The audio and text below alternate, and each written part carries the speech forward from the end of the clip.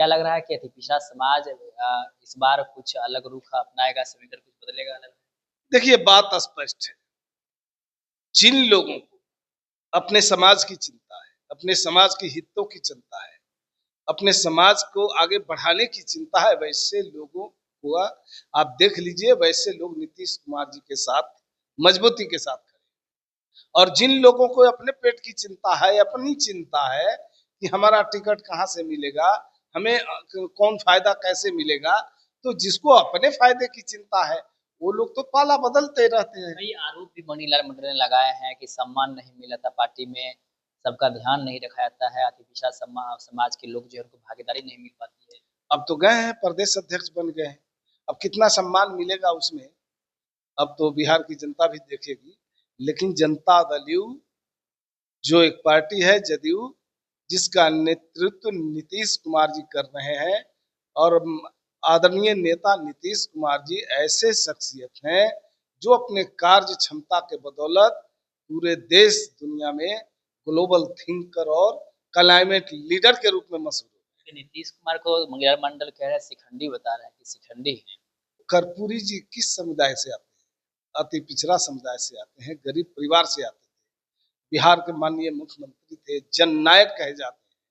वैसे नेता को लालू जी ने अपमानित करने का काम किया था, और लालू जी के मरणोपरांत भी उन्हें कभी भारत रत्न दिलाने की वकालत नहीं की। जदयू छोड़ आरजेडी में गए मंगनीलाल मंडल को आरजेडी ने प्रदेश अध्यक्ष बनाया है। चुनावी साल में आरजेडी ने अति पिछड़ा समाज पर बड़ा दांव खेला है।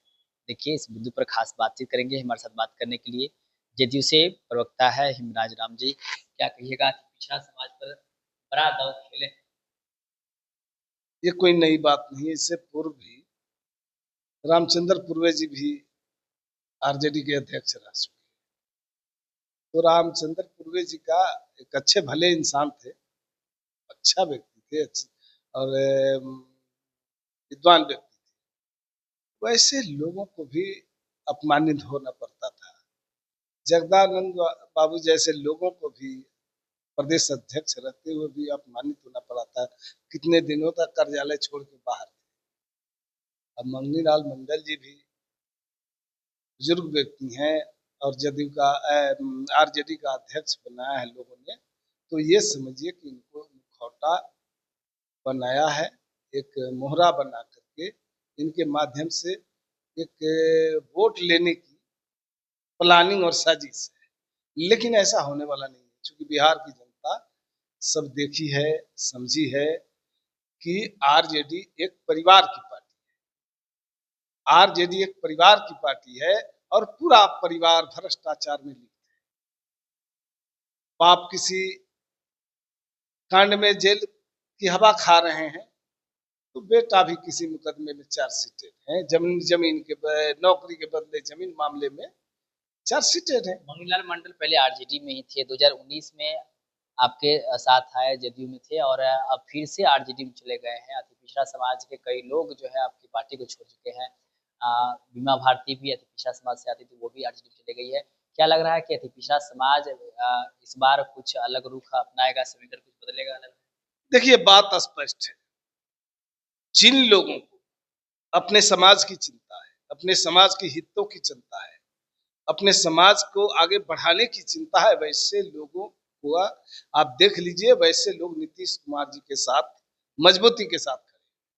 और जिन लोगों को अपने पेट की चिंता है, अपनी चिंता है कि हमारा टिकट कहाँ से मिलेगा, हमें कौन फायदा कैसे मिलेगा, तो जिसको अपने फायदे की चिंता है वो लोग तो पाला बदलते रहते हैं। कई आरोप भी मनीलाल मंडल ने लगाए हैं कि सम्मान नहीं मिला था पार्टी में, सबका ध्यान नहीं रखा जाता है, अति पिछड़ा समाज के लोग जो है उनको भागीदारी नहीं मिल पाती है।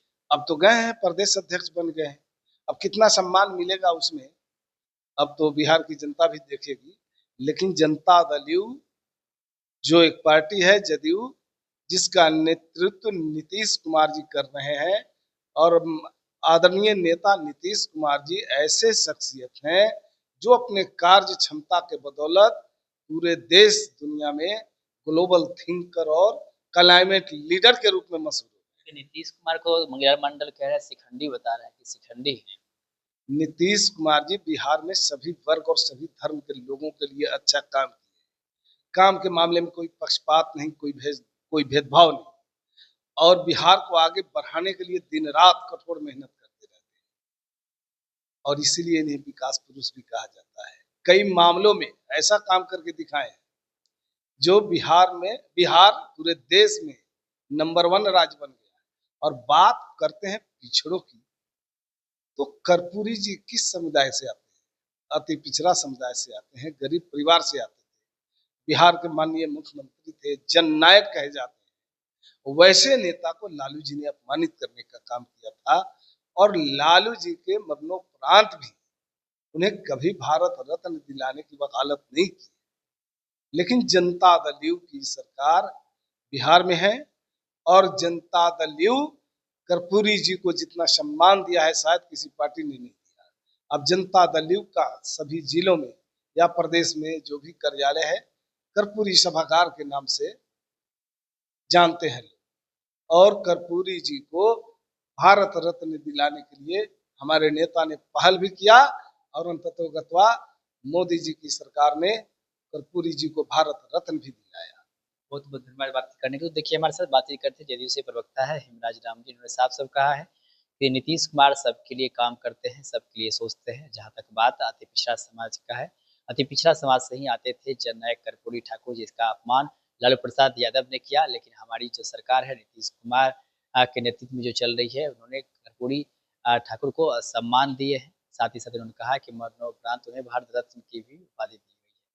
बाकी और भी हमने कई सारे सवाल किए हैं, चुनावी वर्ष है, ऐसे में अति पिछड़ा समाज को लेकर के जिस प्रकार से लगातार आरजेडी दावे कर रही है और साधने में लगी हुई है, उसको लेकर के भी हमने कई सारे सवाल के जवाब देते हुए क्या कुछ कह रहे थे आपने खुद सुना है। आप भी अपनी राय प्रतिक्रिया हमें कमेंट बॉक्स के माध्यम दे सकते हैं। आप देखते हैं लाइव बिहार। आप सभी का बहुत बहुत धन्यवाद।